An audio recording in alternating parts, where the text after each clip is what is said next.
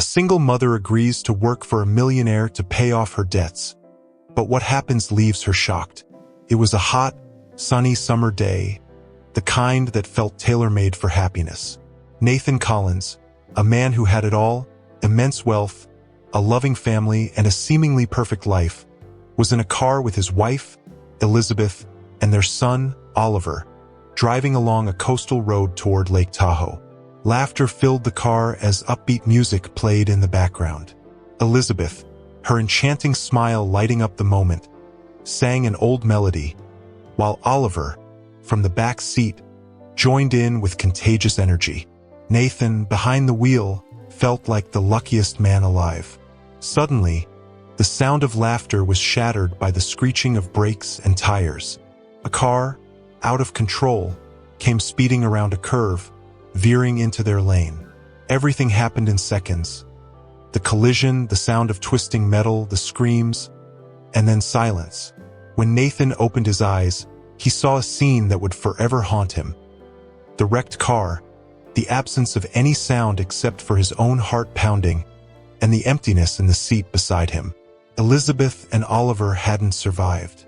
Before continuing, make sure to subscribe to the channel so we can reach our goal of 1,000 subscribers. The tragedy swept through Nathan's life like an uncontrollable wildfire. The days that followed were a blur of funerals, condolences, and a grief so profound it felt like a crushing physical weight. The man once known for his strength and charisma had become a shadow of his former self. He withdrew to his mansion on Martha's Vineyard, pushing everyone away except his younger sister, Emily, who had abandoned her routine to try and help him. Nathan Collins became a man imprisoned by his own pain. The mansion on Martha's Vineyard, once a haven of joy and celebration, was now a silent mausoleum. The walls seemed stiflingly cold. The grand hallways echoed only with the dragging footsteps of a man who had once been so full of life. Photos of Elizabeth and Oliver were still scattered throughout the house, now painful reminders of all he had lost. Nathan's days followed a monotonous pattern. Waking late, slowly walking to his study, only to stare at a pile of paperwork he couldn't bring himself to touch. He spent hours in the leather armchair by the fireplace, even when there was no fire burning. At night, he drank excessive amounts of wine, trying in vain to numb the pain that was always one step ahead of him. His sister Emily, with her tireless compassion, was the only person who dared to enter that dark space. She traveled regularly to stay with Nathan, even though her efforts to reach him were met with silence or monosyllabic replies. Emily temporarily left her home, husband, and children, hoping her presence could somehow fill the void consuming her brother. But the constant effort was beginning to weigh on her. Her phone calls to her husband often ended in frustration. "How much longer are you going to stay there? They need you here too," he would say. With each visit, Emily tried to convince Nathan to step outside, to seek help, to find a way to live again. But he always refused, his eyes fixed on the horizon as he murmured, "They were my life. Without them, I'm nothing." The chasm between Nathan and any chance of recovery seemed insurmountable, and Emily was starting to accept the possibility that she might not be able to save him. Emily felt the weight of her decision growing heavier with each passing day. After a year of trying to pull Nathan back into life, she realized she couldn't continue any longer. Her husband was growing increasingly impatient, and her children, though young, had started asking when she would come home. One morning, after preparing breakfast, she walked into the study where Nathan sat, staring out the window with a distant gaze. "I need to talk to you, Nate," she began, her voice trembling slightly. Nathan didn't respond but tilted his head in her direction, signaling that he was listening. Emily pressed on, "I've done everything I could to help you. I left my home, my husband, my children, and you're still in the same place you were the day I arrived. I can't do this alone anymore." Nathan shifted uncomfortably in his chair. "I never asked you to come," he replied, his voice devoid of emotion. Nathan's cold words hit Emily like a blow, but she stood her ground. I know you didn't, but that doesn't mean I could just stand by and do nothing. You're my brother, Nate. I love you, but love isn't enough. You have to want help. You have to decide to live again. She took a deep breath, as if summoning the courage for what she had to say next. I've hired someone to help you here. She starts tomorrow. Her name is Grace. She'll take care of the house and anything else you might need. The best part is that she'll be living on the property with her son. You don't have to talk to her if you don't want to, but she'll be here. And I'm leaving tomorrow. Nathan stood up abruptly, his voice rising for the first time in months. I don't want anyone here. I don't need help, and I don't need you making decisions for me. Emily didn't back down. You can yell at me, you can blame me, but you can't stop me. This decision has already been made, and Grace has already been hired. I need to go back to my family, and you need someone here, even if you won't admit it. The next day, Emily helped Grace settle into the house before she left. Grace was a kind but reserved woman. Emily had been clear about Nathan's behavior and advised Grace to keep her distance, respecting his space. Before leaving, Emily gave her brother a long hug, whispering, I hope one day you'll see that this was the best thing I could have done for you. Nathan didn't respond. He simply watched her get into the car and disappear down the winding road, feeling, for the first time in months, a new kind of emptiness, the emptiness of being truly alone. The next day, Nathan woke up with the distinct feeling that something in the house was different. It was as if the silence that had accompanied him for so long had been replaced by a subtle, almost imperceptible noise. He went downstairs, and as he walked through the hallway, he heard soft footsteps coming from the kitchen.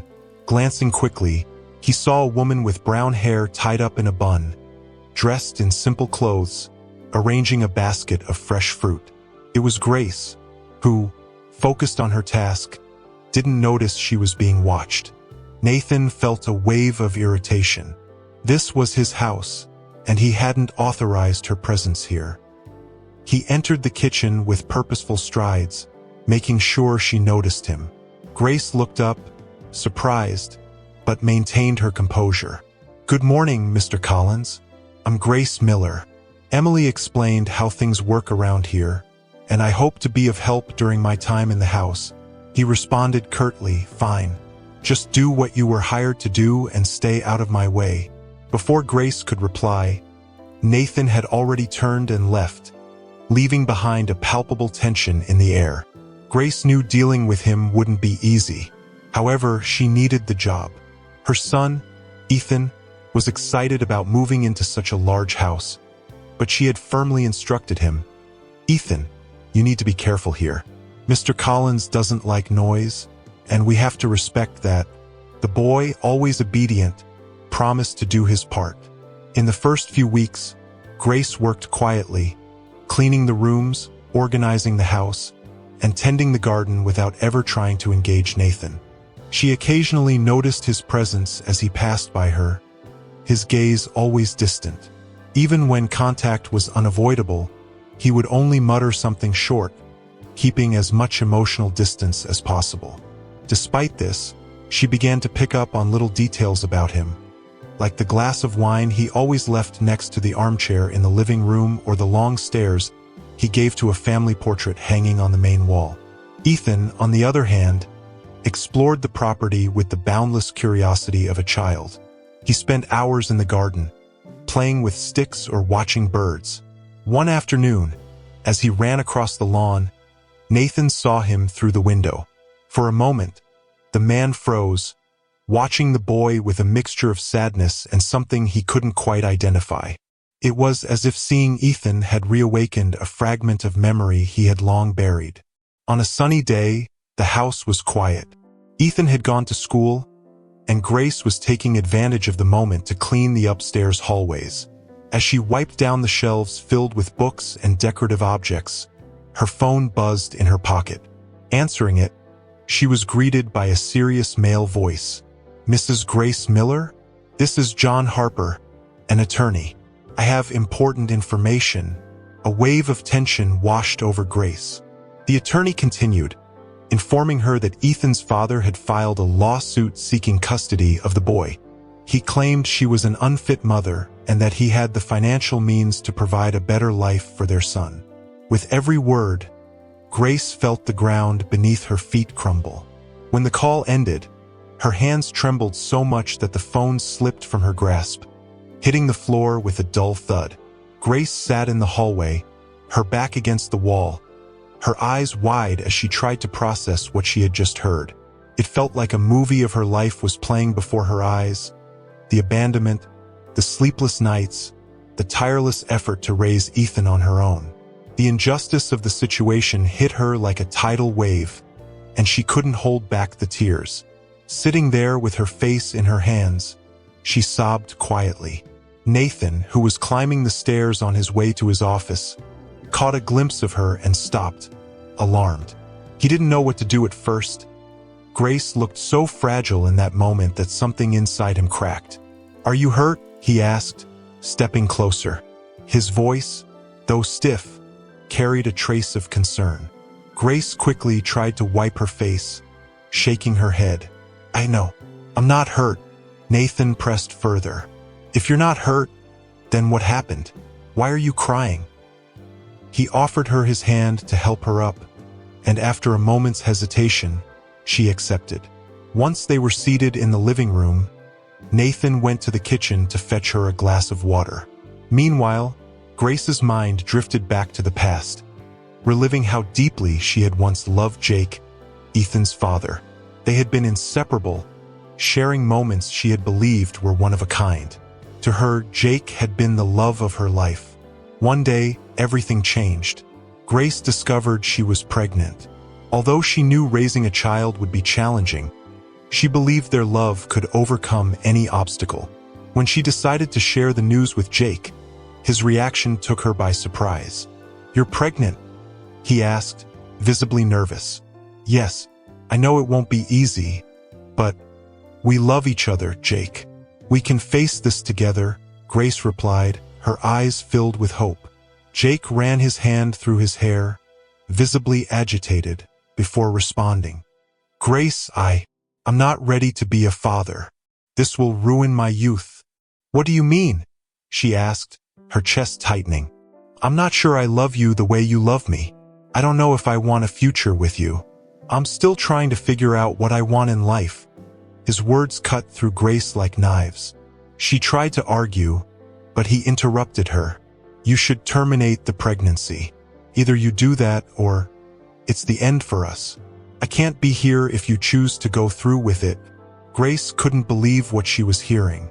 She took a deep breath, summoning her strength, and replied firmly, "I won't do that, Jake.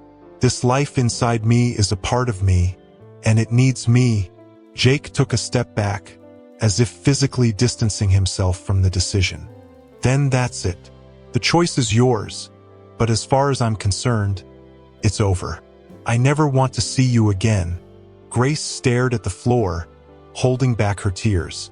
He left, and at that moment, she knew she would face everything on her own. Despite the pain, Grace moved forward. She approached the pregnancy with determination and raised her son with unwavering love. Every smile from the boy was a reminder that her decision had been the right one. When Nathan approached, Grace returned to the present, and he said, "Now take a deep breath and tell me what's going on," in a softer tone than she had expected. Still hesitant, Grace began to explain. With words broken by sobs, she told him about the phone call, the custody lawsuit, and how Ethan's father had destroyed her life in the past, only to reappear now, threatening to take her son away. Nathan listened silently, but his face betrayed growing indignation with every word. When she finished, he responded firmly, "This is unjust. You've fought alone, done everything for that boy, and now he wants to show up as if he has any right? I won't let that happen." Grace looked at him, surprised. "But I can't afford a lawyer. I can barely—" Nathan cut her off. "You don't need to worry about that. I'll take care of everything. My lawyers are the best, and they'll fight for you." In a rush of gratitude, Grace leaned in for an unexpected hug. Nathan stiffened at first, startled by the gesture, but then he relaxed and, timidly, returned the embrace. "Thank you," she whispered. "I don't know what I would do without your help." Nathan spent the afternoon in his study, organizing everything needed to assist Grace. He made several calls, contacting his lawyers, renowned for their expertise in complex cases. As he explained the situation, his voice took on a firm and protective tone he didn't immediately recognize in himself. "I want you to treat this as an absolute priority. This woman and her son cannot face this injustice." The lawyers readily agreed, promising to begin work immediately. The days passed with a slightly lighter atmosphere in the mansion, though the routine remained mostly unchanged. One evening, at dinner time, Nathan broke his usual routine. Normally, he ate alone in silence, but that night, he asked Grace to bring Ethan to join him for dinner.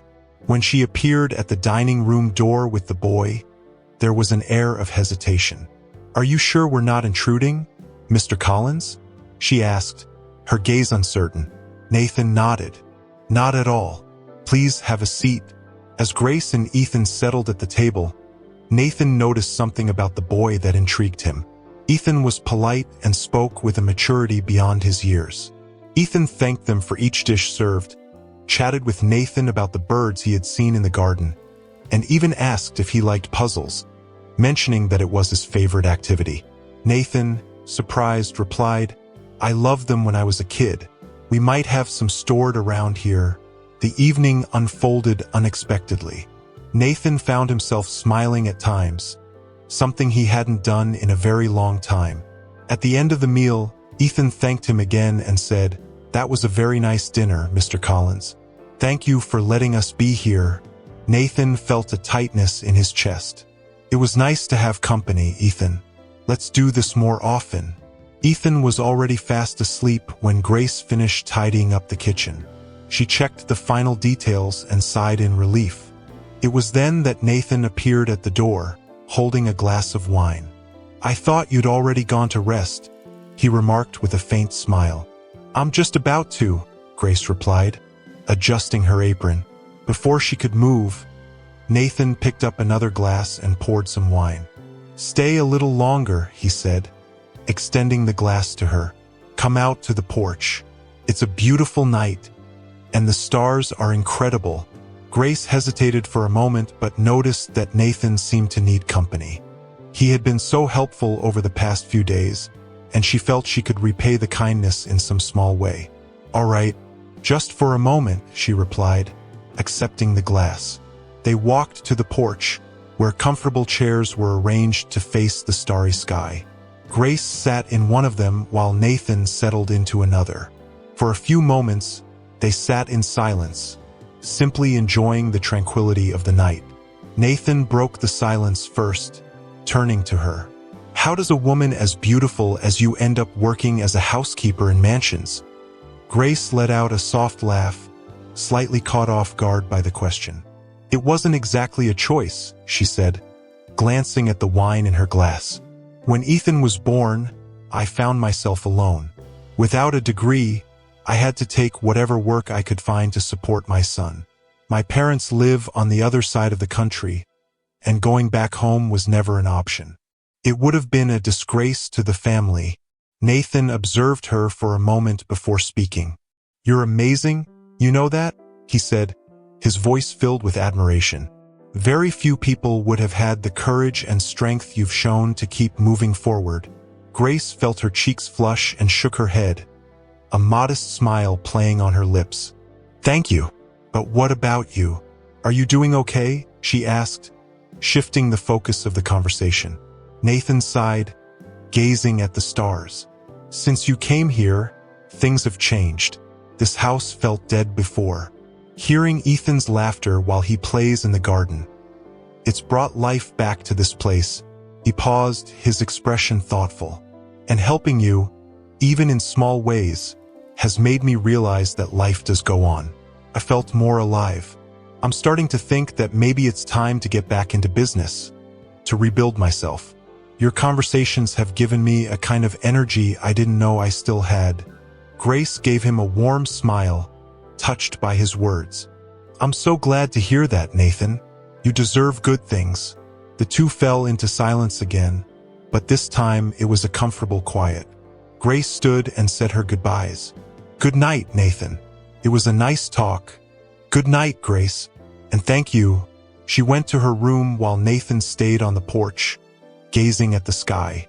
For the first time in a long while, he felt truly alive. The next morning, Nathan woke up earlier than usual. He walked into the living room and, as he passed the wooden cabinet he rarely opened, something made him stop. Leaning down, he opened the doors and began rummaging through its contents. After a few minutes, he found what he was looking for: an old puzzle box. Holding it in his hands, he was flooded with a memory of young Oliver sitting on the living room rug, laughing as they put the pieces together. The ache in his chest was inevitable, but this time, it was mingled with a strange sense of peace. It was as though, in some way, he was keeping Oliver alive through Ethan. Nathan brought the puzzle box to the coffee table in the living room. Shortly after, he saw Ethan running through the garden, smiling as he chased butterflies. Nathan walked to the door and called out to him. "Ethan, come here. I've got something to show you." The boy stopped, looking at him in surprise, but quickly ran to the door. When he saw the puzzle on the table, his eyes lit up. "Is this for me?" he asked, his excitement palpable. Nathan nodded. "Why don't we put it together?" Ethan sat down immediately, and Nathan, unsure of how to act, pulled up a chair beside him. As they sorted through the pieces, the boy began chatting about random things: his friends at school, his dream of becoming a pilot, and even how he imagined Nathan's house must have been haunted before they moved in.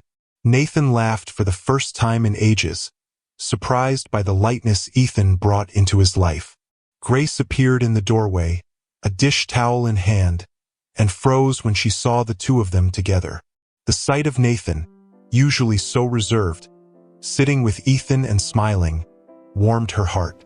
She didn't want to interrupt, but Nathan noticed her and called out, "Grace, come join us. You can help if you want." She approached cautiously and sat down, watching the scene unfold with a soft smile. When they finished the puzzle, Ethan exclaimed, "That was amazing. Can we do another one tomorrow?" Nathan looked at him and, without hesitation, replied, "Of course, kid. As many as you'd like." Over the following days, their time around the puzzle table became a sort of ritual for the three of them. Nathan found himself more and more engaged in their conversations, listening to Grace's stories and Ethan's dreams. He began to look forward to these moments, something he hadn't experienced since losing his family. To Nathan, the puzzle pieces weren't just cardboard. They felt like fragments of himself being pieced back together. One afternoon, while they worked on an especially challenging puzzle, Ethan looked at Nathan with the candidness of a child and asked, "Mr. Collins, did you ever have kids?" Grace froze, tense, but Nathan didn't seem bothered. He picked up a piece, turning it absent-mindedly between his fingers. "I did. A boy named Oliver. He loved puzzles just like you." Ethan was quiet for a moment, thinking before he replied, "I bet he was really cool. Maybe we can finish this puzzle for him." Nathan didn't respond, but his eyes glistened with unshed tears. Grace watched silently, sensing the profound connection forming between the two. Meanwhile, Nathan and Grace's relationship deepened as well. They spent long hours talking, watching classic films, and strolling through the garden. Grace's gentle, sweet demeanor became an irresistible comfort to Nathan, a presence he had grown to cherish. The day of the trial finally arrived. Grace stood in front of the mirror in her room, adjusting the simple dress she had chosen for court. Her hands trembled slightly, and her eyes reflected a mix of fear and determination. Ethan was still asleep, and she knew she had to stay calm to avoid passing her anxiety onto him.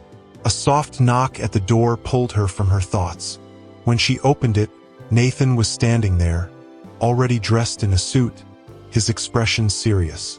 "Are you ready?" he asked, his voice low but steady. Grace tried to smile, though her nerves were evident. "As ready as I'll ever be." Nathan nodded and handed her an envelope. "These are the documents my lawyers prepared. Don't worry, we're going to win this." Grace gripped the envelope tightly and murmured her thanks before closing the door to finish getting ready. In the courtroom, the atmosphere was intimidating. Jake, Ethan's father, sat on the other side, dressed in a pristine suit with an air of confidence that sent a chill down Grace's spine. He exchanged a brief glance with her but said nothing. Beside her, Nathan sat motionless, his hands folded and his face impassive, but his presence provided a silent reassurance. When the judge entered and the case began, Grace felt as though every word spoken was a direct blow to her heart. Jake's lawyer painted a distorted picture of her life. A single woman, financially unstable, who couldn't provide the future Ethan deserved. Grace bit her lip to hold back tears, but her confidence wavered. Then it was her lawyer's turn, the one Nathan had hired, to present her case. He spoke with conviction about Grace's dedication as a mother, how she had raised Ethan with love and sacrifice, and how he was a happy and healthy child in her care. He emphasized Jake's years of absence from the boy's life and his sudden and suspicious interest. As she listened, Grace felt a glimmer of hope begin to return. In the final moments, the judge looked at Grace with a serious yet compassionate expression. "After considering all the facts, I hereby rule that custody of Ethan will remain with his mother, Grace Miller. However, the biological father will be granted one supervised visit per month, provided the child feels comfortable with it. These visits must be arranged with the child's best interests in mind." Grace took a deep breath, feeling an almost overwhelming sense of relief. She couldn't hold back her tears as the judge delivered the final decision. Beside her, Nathan placed a steady hand on her shoulder, a gesture of support that spoke more than words ever could. As they left the courtroom, Grace knelt down and wrapped Ethan in a tight embrace. "I love you so much, my son. I'll never let anything bad happen to you." Ethan smiled innocently, unaware of the full weight of what had just transpired, but happy to see his mother at ease. Later, on their way back to the mansion, Nathan broke the silence. "You were incredible today, Grace, and the judge made the right decision." She looked at him, her emotions overflowing.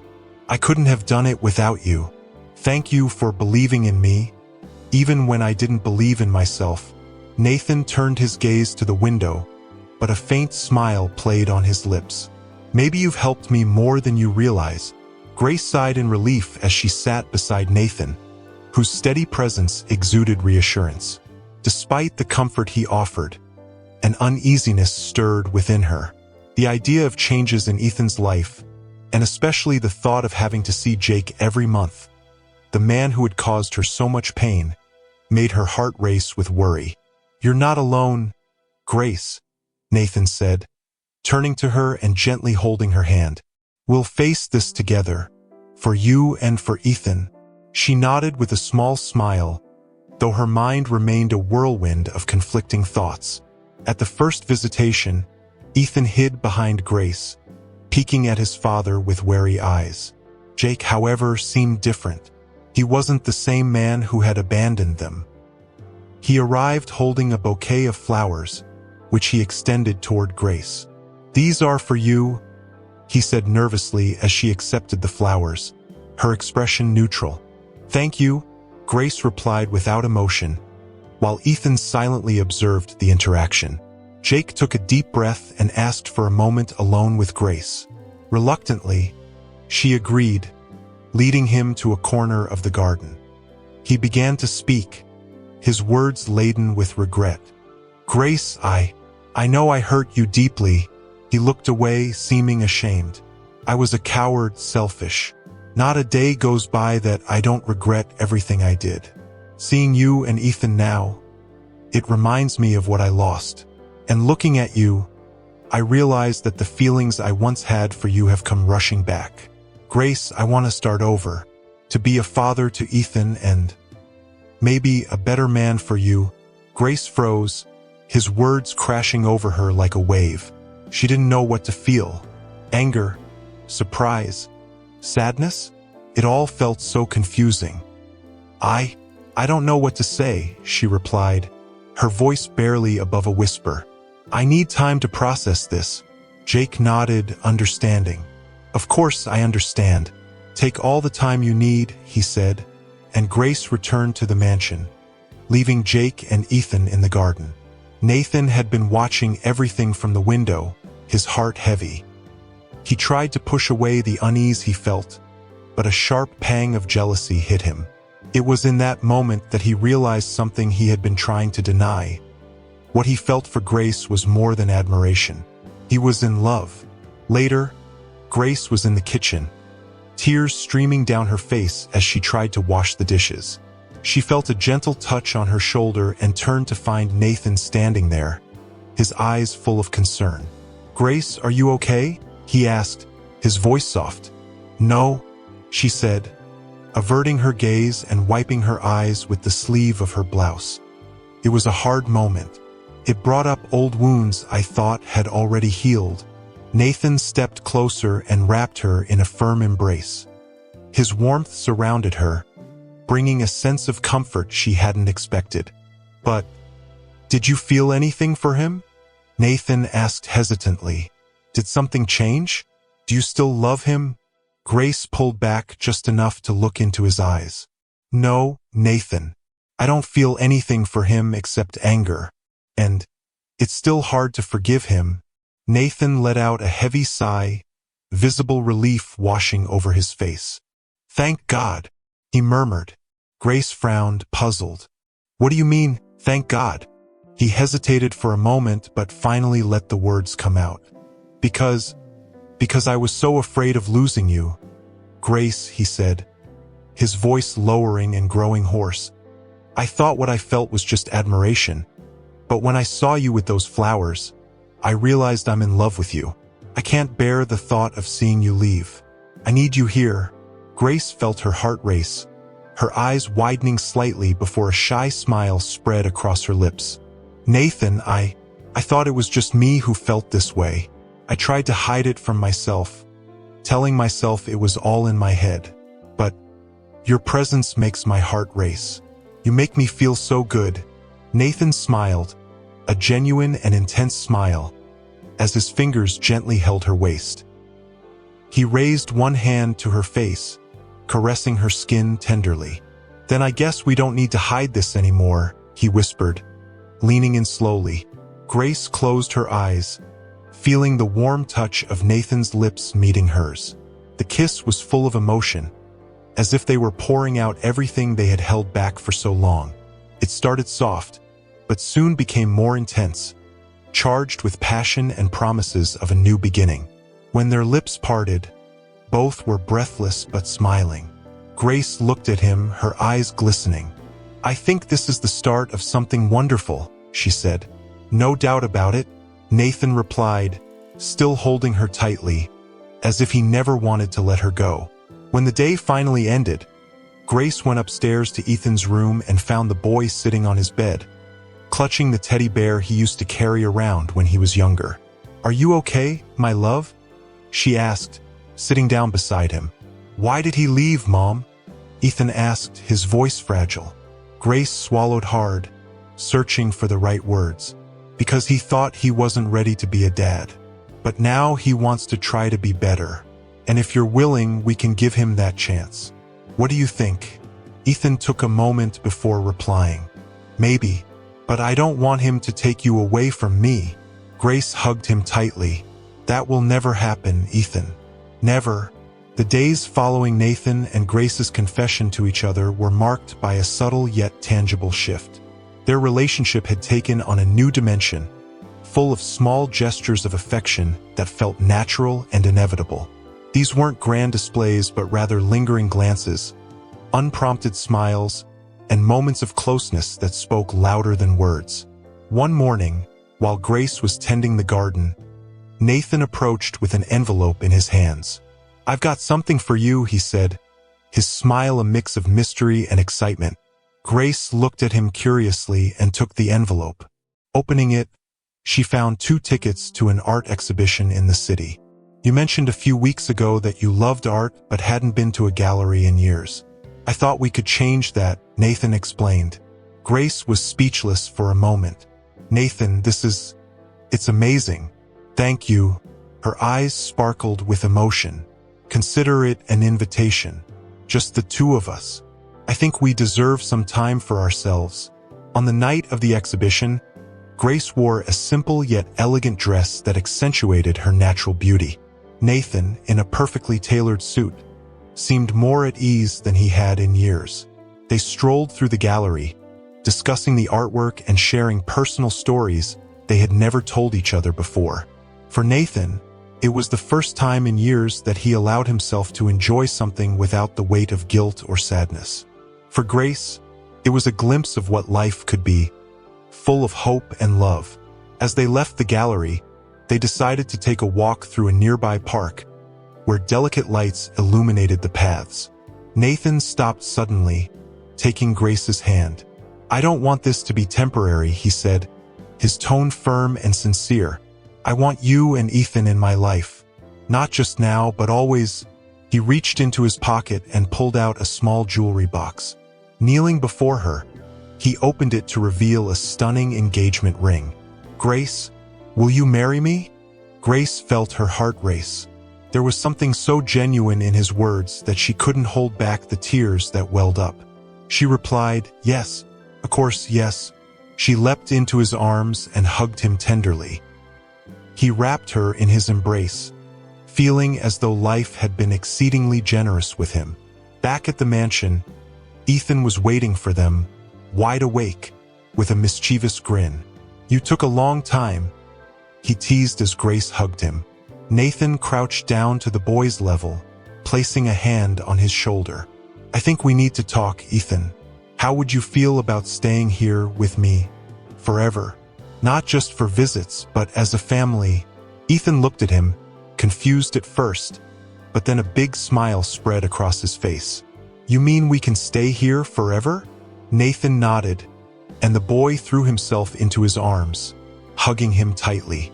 Grace watched the scene with tears of joy, feeling that she had finally found a place to call home. The night ended with the 3 of them together in the living room, working on one of the new puzzles Nathan had bought. It was a simple moment, but it was perfect, a reflection of the life they had started to build together, filled with laughter, love, and the promise of a shared future. If you enjoyed this video, let us know in the comments. Your opinion is very important to us. Don't forget to subscribe. A big hug, and see you in the next video.